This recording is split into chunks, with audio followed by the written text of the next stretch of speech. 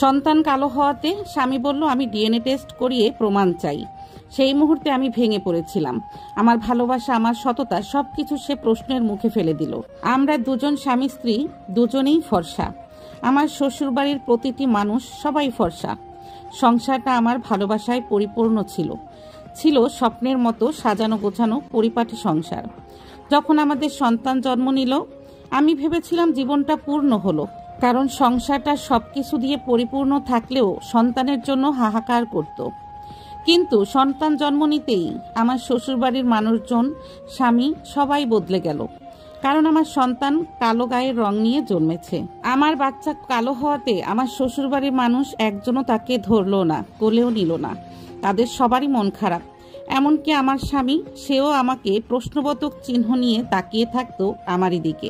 কিন্তু সন্তান কালো হোক কিংবা ফর্সা, একজন মায়ের কাছে সে কলিজার টুকরা, নারী ছেঁড়া ধন, শরীরেরই অংশ। আমি তো শুধু সন্তানের দিকে তাকিয়ে ভাবতাম এ আমার প্রাণ। কিন্তু আমার স্বামী প্রতিদিন একই প্রশ্ন করত, আমরা দুজন ফর্সা, তাহলে সন্তান এত কালো হলো কিভাবে? স্বামীর এমন প্রশ্নে আমার ভিতরটা ভেঙে চুরে খান খান হয়ে যেত। তাকে বলার কোনো ভাষা কিংবা বোঝানোর মতো কোনো ভাষা আমি খুঁজে পেতাম না। আমি শুধু তার দিকে তাকিয়ে দুই নয়নের অশ্রু ফেলতাম। কি বলবো এর উত্তরে কি বলা যায়, তাকে কি বলে বোঝানো যায়, এটাই শুধু ভাবতাম আর রাত ভরে কান্না করতাম। তার এমন প্রশ্নে আমার খাওয়া দাওয়া, ঘুম সব কেড়ে নিয়েছে।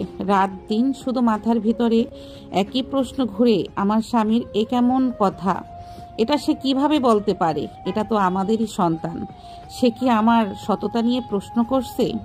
এটা নিয়েই ভাবতে ভাবতে রাত থেকে ভোর হয়ে যেত। ভোর হতে ভাবতে ভাবতে আবার দিনটা পার হয়ে যেত। ভাবতাম এই বুঝি আমার স্বামী সহজেই বুঝবে, মেনে নিবে যে সন্তানের এই গায়ের রং এটা কোনো উত্তরাধিকার সূত্রেও আসতে পারে। কিন্তু সে কিছুই শুনতো না, তাকে কোনোভাবেই বোঝানো যেত না। দিন যায়, সপ্তাহ যায়, পার হয়ে যায় মাস। স্বামী আমাদের কাছেও আসে না, আমার সন্তানকে সে কোলেও নেয় না, এমনকি আমার রুমেও একবার উকি দিয়েও দেখে না যে সন্তানটা আমার কেমন আছে।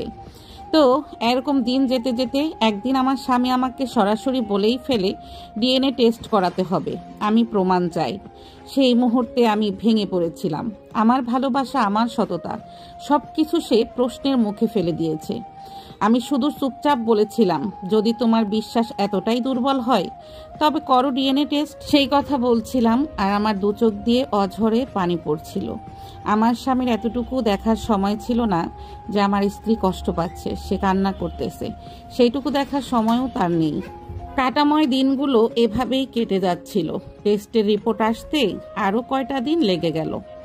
এই কয়েকদিন আমার কাছে ছিল সবচেয়ে বড় যন্ত্রণা। যে মানুষটাকে ভালোবেসে জীবন দিয়েছি সেই আমাকে অপমান করলো। আমি কেঁদেছি, কিন্তু তাকে কিছু বলিনি, তাকে বুঝতেও দেইনি। আমার ভেতরে শুধু একটাই কথা ঘুরছিল, যদি একটুও বিশ্বাস থাকতো তবে এসব কিছুই লাগতো না। অবশেষে রিপোর্ট এলো। ডিএনএ টেস্টে প্রমাণ হলো এই সন্তান শুধু তার আর আমার।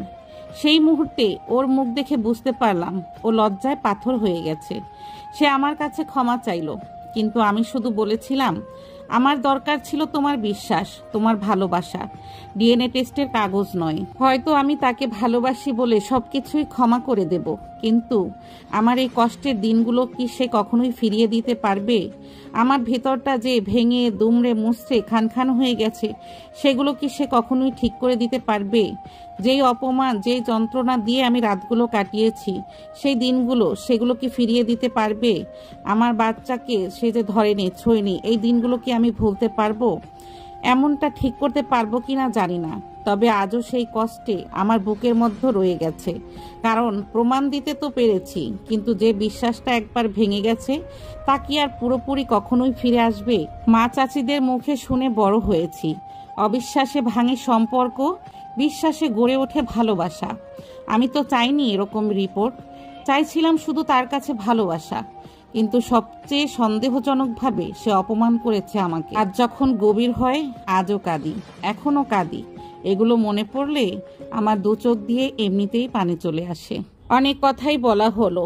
আজকে যে ভিডিওটি আপনাদের সঙ্গে শেয়ার করেছি এটা ছিল আমার ঈদের দ্বিতীয় দিনের একটা ভিডিও। ঈদের দ্বিতীয় দিন আমরা চলে আসছিলাম কক্সবাজার। এই ভিডিওগুলো আপনাদের সঙ্গে শেয়ার করা হয়নি, তো অনেক ভিডিওই আছে যেগুলো আপনাদের সঙ্গে শেয়ার করা হয়নি।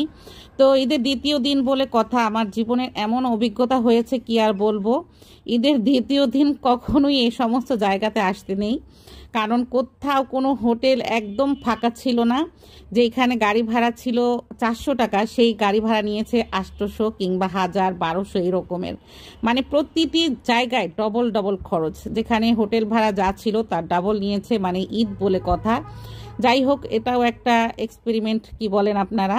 তো এইভাবে আমরা আসছিলাম, আসার পরে এই হোটেলটা অবশেষে পেয়েছিলাম। মানে অনেক হোটেল দেখা হয়েছে, আমাদের গাড়ি ভাড়া গেছে অনেক, এত হোটেলে গিয়েছি কোথাও হোটেল ফাঁকা নাই। এর আগে আমরা যেই হোটেলগুলোতে থাকতাম কোথাও জায়গা ফাঁকা পাই নাই। তো আমাদের গাড়ি তো নেওয়া ছিল, ওই গাড়িতে আমরা এত ঘুরেছি যে অনেক বিল হয়েছে শুধু গাড়িতে। আমরা আগে হোটেল নেইনি, আসার পরে হোটেল নিয়েছি, আর এমন ভোগান্তিতে পড়তে হয়েছে। এই নিয়েছিল আমার তৃতীয়বার কক্সবাজার ভ্রমণ। আর কক্সবাজার, কুয়াকাটা, সেন্ট মার্টিন এই সমস্ত জায়গাতেই আমি বেশি যাই, কারণ সমুদ্র আমাকে খুব টানে। তো এই ছিল আমার আজকের শেয়ারিং, আশা করছি আপনাদের কাছে ভালো লেগেছে। আজকের মতো বিদায় নেব, কথা হবে নেক্সট ভিডিওতে। আল্লাহ হাফেজ।